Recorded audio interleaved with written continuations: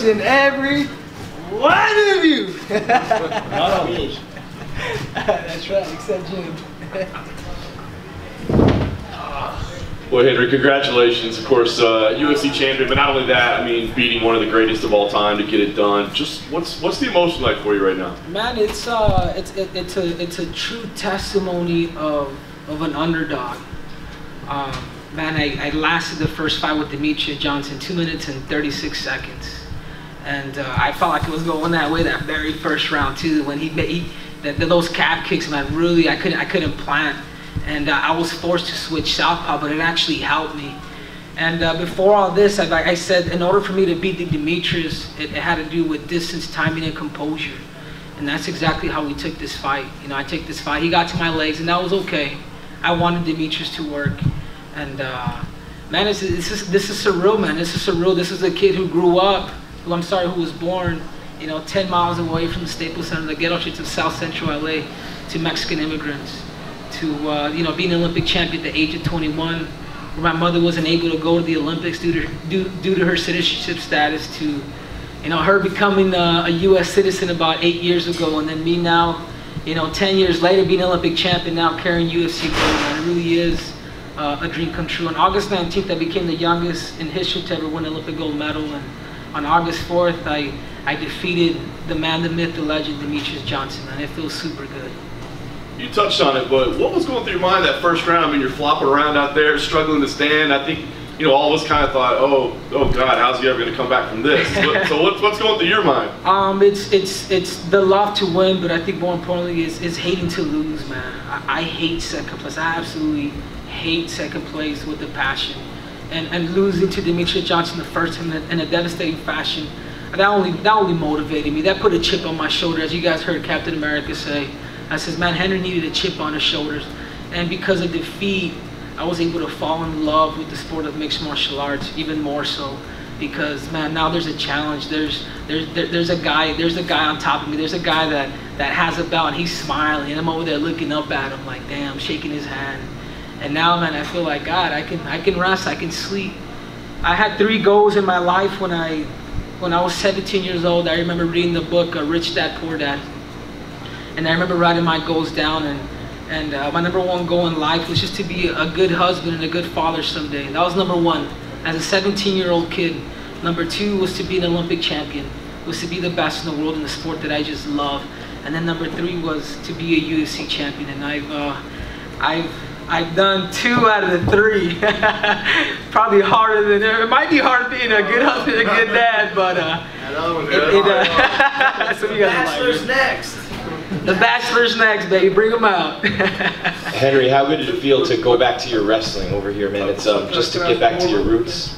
Sorry? I didn't mean to. No, I just want to ask one last question, if I could. You know, beforehand you said that you wanted to, that you would grant Mighty Mouse a rematch if you beat him, you know, because he is such a great champion. But afterwards, you immediately say, let's go up and do that. Give me an idea why you think the move up to 135 is the right move. Because, man, if you guys watch my fight, man, look how much bigger I am than Demetrius Johnson. I was watching the highlights. I'm a tank, man.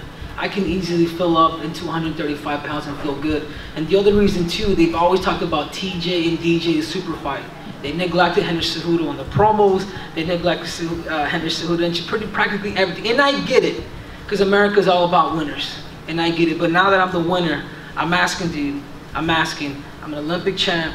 I'm a UFC champ. And now I'm asking to be a triple champ. Forget about the champ. I want to be a triple champ, man. Allow me to go up to 135 pounds. Allow me to face TJ Dillashaw, man. If he wants to come down, we can talk. I'd rather go up. I want to make history. All right, Henry, I was asking you about your wrestling, just getting back to that. You took him down early in the first fight, he got right back up. A couple times early tonight, he did the same thing. It was like you were wrestling a fish out there, how fast he got off the mat. Yeah, a lot of that, I credit his scrambling. I wasn't expecting Demetrius to do a lot of these significant rolls, these Grambies and things of that matter. And, you know, he did that, which surprised me. Again, man, when you fight Demetrius Johnson, he's very small, he's very squirmy. It's not like you fight somebody where you can kind of feel like he's constantly just moving. You know, so I kind of had to use I had to deal with the cards that I was dealt with. and those situations I had to continue to keep mixing and making it awkward for him. And I noticed even with Demetrius, is the more you make him scramble, he gets tired. He gets tired, man. He's human. I said it before. I said he believes just like me, and you know, tonight was my night. It wasn't an easy fight. It was a tactical fight. You know, I believe this, and I said it before. I said, man, this is much bigger than the belt, man. I defeated a guy that there's a bit of admiration for, a guy that's done a lot for the flyweight division, and now I have that X on my back, and it's my job to carry it, and I'm looking forward to that. Yeah, and obviously that's something that, and a lot more options too for the wife maybe with that belt. But I wanted to ask you about what you did in your camp and the complete difference in your physique and everything that you've done with Neuroforce One, with the science and all that stuff to not only make you've improved every aspect of your game and then mentally slowing things down in there, but just everything in general to make a complete package and build a champion. And I said it before. I says if I can't be the best in the world, there's something wrong. I have the physique, I have the body, I have the intelligence. I'm fast, I'm explosive, I'm young, I'm cute. Some of you guys could laugh, and some of you guys are still sleeping on me, man. I gotta wake you guys up. And you know, I decided to put science in the center of this camp, and I worked with a sports performance-based company, performance-based company called Neuroforce One, and they handled everything from my recovery to my nutrition, to my vitamins, to my proteins, and I'd never done this before. I come from the sport of wrestling, where you just put your head down, you just work, you know. And I would get injured or whatnot, and things were coming repetitive, and I finally, you know, I got to know Neuroforce One. I saw what they were doing. I saw like a complete change, and you guys could see that change when I fought Wilson Hayes. I was like, God, Lee, that dude is ripped. He's bulky. This dude, he doesn't look like a flyweight. I've never had an 8-pack. Or a 6-pack for that matter. I can drink them, but I can't have them. And I think that was the difference, was adding science and Neuroforce One to the center of this camp. Henry, how much do you think patience tonight was a factor? Because, you know, Demetrius is so fast and quick and he's moving, and you had to remain patient and stay in the game plan. Do you think that was a factor, especially early when he was moving so much? Yeah, absolutely. I think it was patience. I think that was key in timing and not allowing a lot of his movement to disorient me, because he moves a lot, man. He's super hard to hit, man. He's got a tiny head. Like somehow it's big from the back, but his face is it's small, man. So when you fight Demetrius, he's a small target, and he moves. He's unlike any other flyweight, and I think that was a difference. Like, man, I gotta wait for my opportunity. I might have to get hit a couple of times to give a good hard blow and then transition to my wrestling. When you started with Neuroforce One and your body starts to change, did it take a while for you to get used to it? Like, you know, your body's different than it was previously, and you had you worked so long and so well with the body you had previously. Did you have to, you know, kind of adjust to it, and did it take a while for that type of training to filter down to where you saw results? Yeah, absolutely. And I was times like, guys, I'm getting too big, man. I'm getting too muscular. When they did the studies on me at the PCI Wellness, they from 3 weeks for me prior to going, I gained like 27% muscle mass on my legs. I mean, 27%. I mean, the scientists at the USCPI was like, man, what are you guys giving this kid? Like, what's and I'm clean, guys, by the way. Let me get that out there. But I think you would blame genetics too. You know, my father, my mother, they worked hard. My mom never drank, my dad vice versa, but he was a bodybuilder. He was, from the little bit that I know of him, you know, very kind of muscular, so that was kind of brought down to me, you know, genetically. I just wanted to ask you a little bit about your personal background. Like, you know, you've gone through that. You wrote a book about all the things that happened to you, and all the kids sleeping in the bed, and your dad stealing the Christmas presents the one year, and all that stuff. But did you think of any of that? Because, you know, you had so many lows in your life, and you know, and starting in Los Angeles where you were born and going through your life. And did any of that flash through your mind tonight after Dana wrapped the belt around your waist and, you know, you exulted in the win? Did you think of where you had come from and all the low, hard times you had had?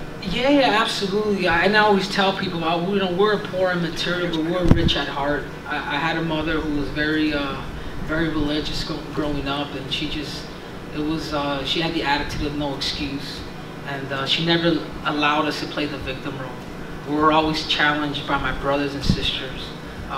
it's different because I'm a son of immigrants, and the way you grow up, it was different. And I was just telling these stories with these guys. I remember when I was a kid, and I never felt embarrassed. I remember going with my mom to the store, and we would go shopping for food.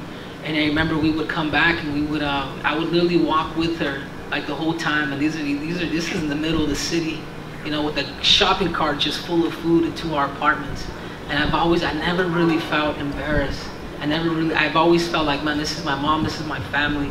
And I've always taken a lot of these methods from the day I was a kid until now. You know, and it's just awesome to be able to see what hard work, what dedication, what the mindset of an immigrant can do to a kid, son of immigrants, to the starter, man, to being on top of the world again, to shocking the world 10 years later, man, from the age of 21 and now 31, you know, beating the pound for pound best fighter in history. Henry, coming in, first thing you said when you came into the press conference here, you all doubted me. Every single one of you doubted me. How much more sweet is this victory to you, knowing that you were pretty much considered coming in the afterthought? Yeah, I think it's life, man. It's life. This wasn't. I've always saw it this way because I believed in myself. This wasn't David versus Goliath, man. This was David versus David. That's the way I saw it. I know a lot of you guys saw, you know, David versus Goliath or somewhere along those lines. But I had a team that believed in me. I believed in myself. The mindset of being a winner never left me. It really never did it, man. It couldn't. I still allowed that fire to burn inside me. I put myself in deep waters, and that's just what happens, man. It's to me, it's more based on action than just talking about it. I went back into the gym. I was mad for a couple of weeks after the Demetrius loss. I was mad. I don't even think I came out of my room for a while, but I came out of that rut, and I used that as a motivator, and here we are today.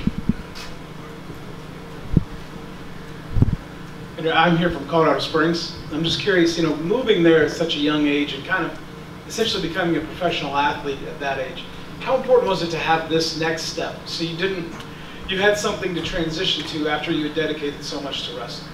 I did, and I think that's what the sport of mixed martial arts does. A lot of people may be watching this and they still may think it's human cockfighting, but man, this sport is a sport, man. It's giving me a way it's giving me a livelihood. I'm able to have a house, a car, and as you guys know, a lot of Olympians now, you know, being number 2, being number 3 in the world doesn't get you paid.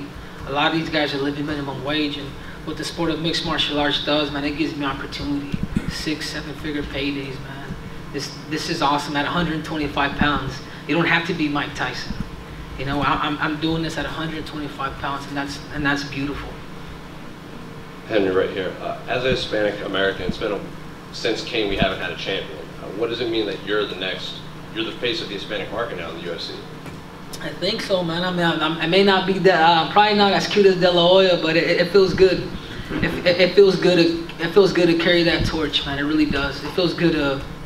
I'm a blessed human being, man. I'm a very, very prideful American, and also my heritage, man. I could never forget it, man. I just can't. And I love Mexico. Actually, after this fight, I'm actually heading out to Cancun and relaxing and enjoying the people and the food and everything else you guys want to know about.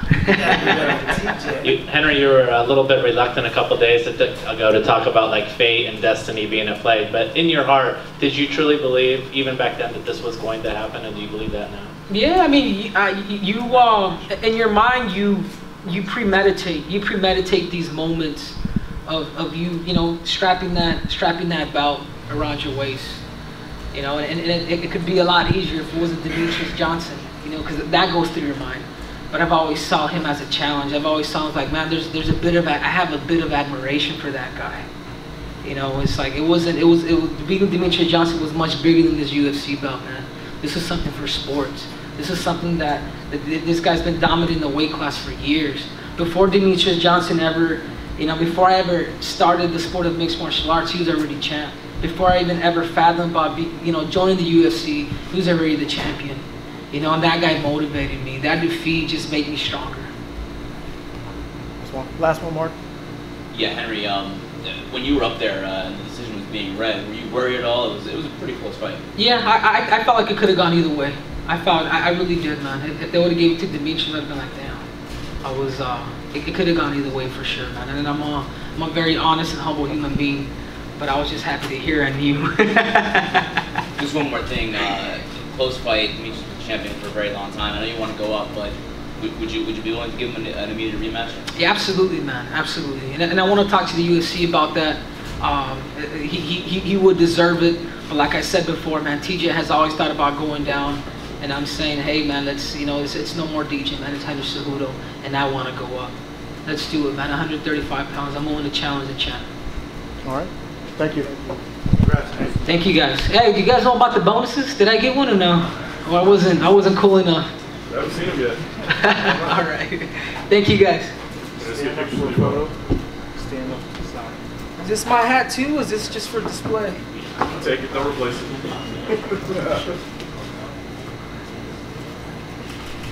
I never felt comfortable putting up the #1 until you're the best in the world, man. But I can officially do it now.